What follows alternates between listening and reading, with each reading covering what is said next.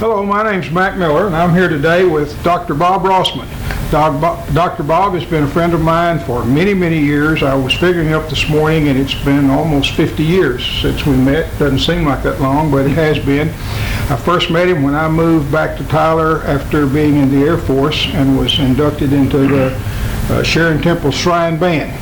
And Bob was the lead trumpet player there, and Bob has been one of the finest lead trumpet players that East Texas has ever produced. And it's been a pleasure to know him all these years, and we'd like to learn a little bit about his background and how he got in the music business and all that kind of thing. Bob, would you tell us where you were born and when and all that information first? A long time ago. I was February the 18th, 1927. Born in Franklin, Pennsylvania. When I was about 10, my family moved to Fort Arthur, Texas as a 1,500-mile move. My early days were limited to school, elementary school, junior high school bands, but in the late 30s, early 40s, the big band hit its prime, and I became involved with not only school bands, with local bands, and was blessed with that for years.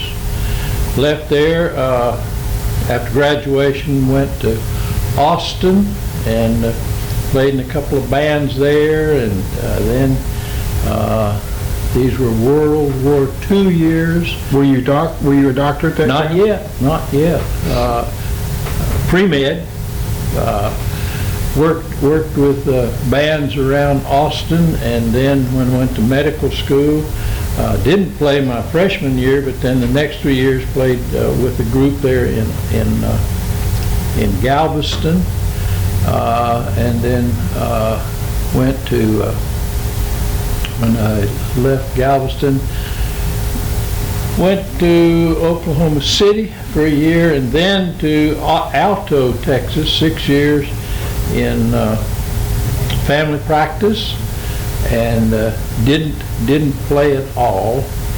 Then went and did a residency in dermatology in Houston for 3 years, didn't play there. Moved to Tyler in 1963. Probably a year or two later, down swimming laps at the YMCA, a guy named Kirby Ellis, I believe, was a lawyer, and he mentioned about going to band rehearsal. I got an interest in that, got an invitation, showed up, met Eddie Fowler. Lo and behold, the Shrine Band was interested in starting a dance band.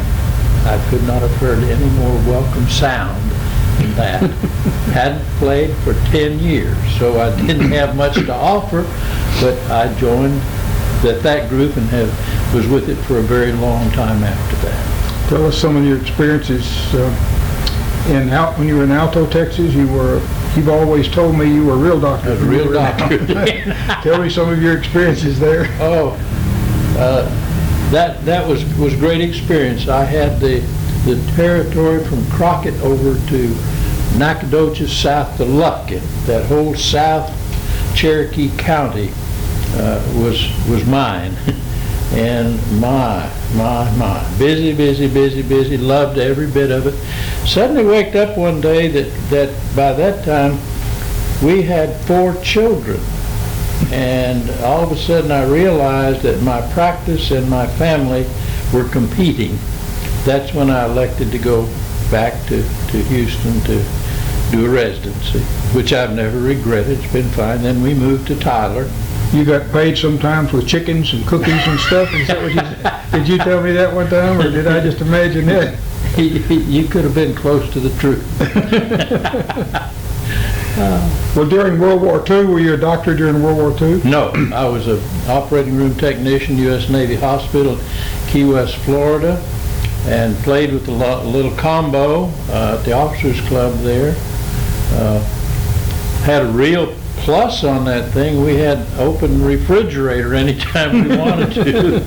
But played there and saved enough money that when I came back and went back to the university for the rest of my pre-med, was able to finance what I'd gained by playing. This was would have been in well, whatever it was. In those days, you could get into medical school on the basis of 90 hours. You didn't have to have a bachelor's degree, and so I worked very, very, very hard and managed to get an admission, and so began my medical school experience in about 1949. Yes, and graduated in 53 at Galveston, then went and did a year in Oklahoma City, and then that is when we moved to East Texas to alto. Well, when you joined the Shrine Band and they had a dance band, do you remember who was in that band when you got in it? That was in, what year was that, 65 or 66? About those years. My goodness. Cokie Hughes, Bill Scholl, who played lead trumpet, John, good night, I'll think of it in the year. Lamson? John Lamson, yes, John Lamson. Algie Glover was on trombone.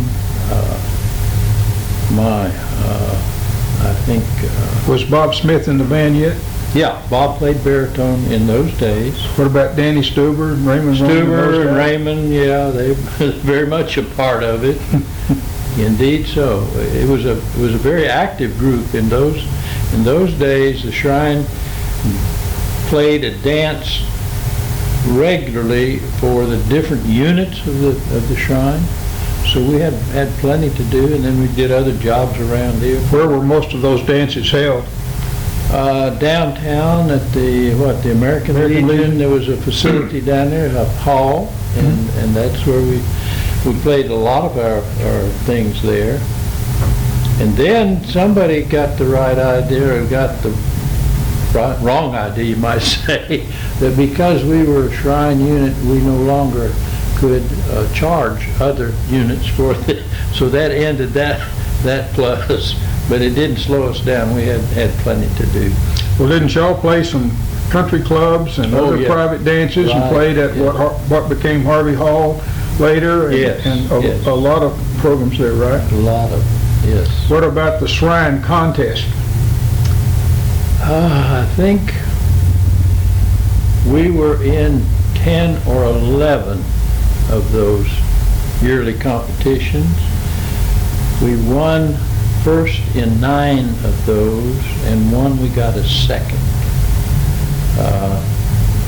But we were really, really blessed with the response from the state Shrine Band program, and it was a real challenge for us, because there were some good bands from Houston and Dallas and San Antonio and Galveston, and so they had good bands, but we managed to come through very, very well.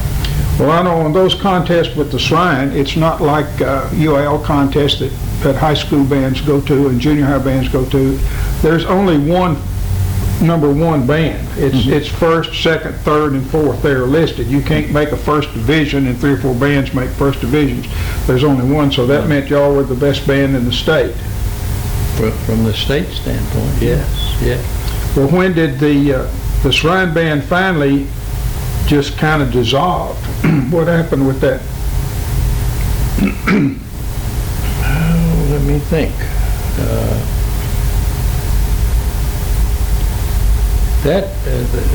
They ceased the advantage we had of being a Shrine Band, because we could no longer play and charge other Shrine units.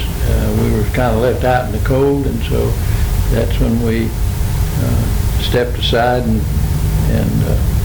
let that go.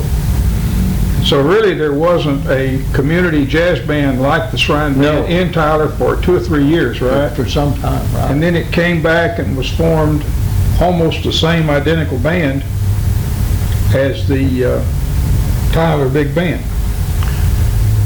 Major change was that Eddie Fowler, who had been our leader for years and years, was stepped up to be a candidate for the president of TJC. And part of the requirement of his predecessor was that he thought that being a band leader, a stance band leader, was not not to be utilized as an occupation or a hobby of the president of TJC. So he gratefully stepped aside from that. So we were. But before he did that, when the Tyler Big Band first started, he was instrumental in getting the Tyler Big Band started, and actually directed it for a couple of 2 or 3 years before he finally had to step aside. Correct? Yeah. You remember what year he? I really don't. I really don't. I know that when he stepped down, my second trumpet player had big bands beforehand. Who Raymond Roan? Raymond became the band leader, and then did that very well. Something he'd done for a long time. Well, Charles Pickens was always the band manager in both bands, was he not? Yes. He did the booking and took care of the money and all of that. Is that right? Yeah. I'm not sure what else to ask. Do you remember any experiences that the band had along the way that you thought were interesting, or?